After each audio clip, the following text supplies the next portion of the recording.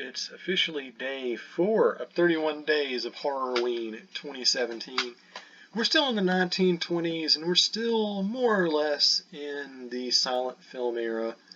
And today we're going to be taking a look at a movie from Japan from 1926. I could have sworn it was 1927. Okay, well, it says here it's 1926, so we'll go 1926. It's a film directed by a guy named Tenosaki Kunigase, who is probably best known for doing, what movie did he do? Hold on. I know I sound really out of date. It's called Gate of Hell in English.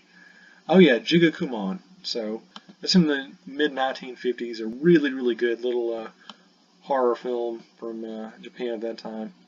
But anyway, this is obviously an earlier film, 30 years earlier at that. Silent film called A Page of Madness. Now, it's actually based on a story written by a guy named Yusunari Kawabata, who went on to win a Nobel Prize later in his life. So it's not really a direct translation. I haven't read the entire work that he did there, but more or less, it sounds pretty interchangeable. So basically, the premise of this movie, it's one of those movies that was considered lost for a long time. I think it was lost up until like the 1970s or even the early 80s, so it's been missing for quite a while.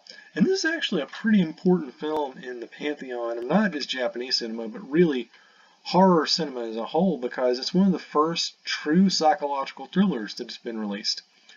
And it's one of those films where, much like the films we already talked about earlier, like The Phantom Carriage and Student of Prague and J'accuse, I mean, really, it's still more of a human drama. It's about people, seeking redemption for things they've done, trying to atone for things they feel very guilty about. And it's amazing how, for the first 20 years of cinema being around, or at least as far as feature-length cinema, I mean, that was such an ingrained component of what the genre was about, or the proto-genre. I mean, it's kind of hard to tell when legit horror films first started, but it's kind of around that turning point. But it's a film where the horror is not necessarily driven by the supernatural or even the fear of one's own mortality. It's more of a film about guilt and regret and a little bit of psychosis. But, I'll sum up the film and you can make your own judgment about it.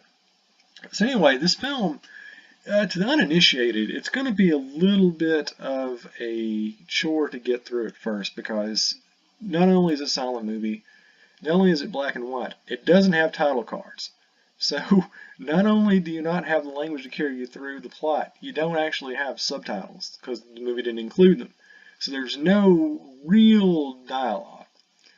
But the thing is, the acting in this movie is really, really good, and all the shots are structured very, very well, so you're not really going to be confused about what's going on. So, even if you're not really a keen observer of Japanese culture, you'll figure out what's going on pretty easily. Alright, so the basic plot of the movie. Hey, there's this guy. He's a janitor. He works in an insane asylum. And slowly but surely we learn that one of the patients there is actually his wife. And one day his daughter comes up to him and, she's about to get married and she wants to come to the wedding. But the thing is, back in the day, there was sort of a stigma that people thought mental illness was inherited. And maybe it is. I mean, you got to do the research on it. Back then, they thought because, his wife was crazy, they had a kid, that it skips a generation, like in Teen Wolf, every other kid turns into a werewolf. Well, they thought every other generation, your kid turns into a stark raving maniac. So, he's a little iffy about the whole marriage thing, so he holds off on it. And basically, the movie, more or less from there, is about him weighing whether or not he should break his wife out of the mental illness facility to go attend the wedding, or just be free in general. And the thing that makes it interesting is the film, for the second half, it's only about an hour or so long. The second half is one of the first movies I recall that actually sort of segues into like these hallucination sequences. So from the 30-minute mark onward, you don't really know what's happening. It's supposed to be diegetically true or just diegetically a fantasy. So there's a lot of really good hallucination sequences in here where you're kind of merging fantasy with reality.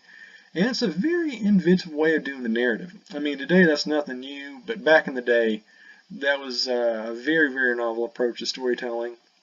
and it does it very, very well. So eventually we have a couple of hallucination sequences, and eventually he decides, yeah, I'm going to break her out. And, well, from there, if I tell you anything more, it's going to ruin the story. But to tell you this, it has a really, really good ending. It's a great movie. Trying to see what else I can say about the movie, because if I say anything else, it's just going to take the ending and really kind of take away the significance of it and its power. But I'll say this, it's very, very good. Silent movies, especially silent horror films from before the 1930s, a lot of times they're hit and miss. This one is definitely going to be a hit. What else to say? I mean, it's just a very, very good movie. Great, great acting. Very engaging camera work. I mean, there's definitely some cool stuff going on in this movie visually. Stuff that is really way, way ahead of its time, and the ending is just utterly superb. It's a real lost treasure. If you haven't seen it, you're missing a very, very good movie. Even if you're not a horror fan, if you're a fan of surreal art, or if you're just into esoteric visuals, you know, altogether, you'll probably enjoy this one. So, using our patented tofu dog rating, I'm going to give this one 3.5 tofu dogs out of 4. A very, very, very good movie that all hardcore genre heavies should probably check out at least once, because it's very influential in terms of the aesthetics and even sort of the plot structure. It's one of the first movies to kind of do that whole, phantasmagoric thing before it became, trite and overdone. So it's worth it just to see that, to see back when that entire concept was novel and actually executed in a pretty effective way. Alright, well that is A Page of Madness from 1926, 1927, whenever it was made. Very, very good movie you should go out of your way to see. And starting tomorrow, we're going to be entering the 1930s, the era where you can argue that the horror genre as you know it today finally got off the ground running. And we'll begin with, well, actually a movie that's really, really, really bad, but it has a couple of merits. It's somewhat important in the long haul in the annals of horror cinema, so stick around for it, even if it is kind of a crappy knockoff movie, because as we all know, horror films in the genre as a whole are certainly not devoid of those whatsoever.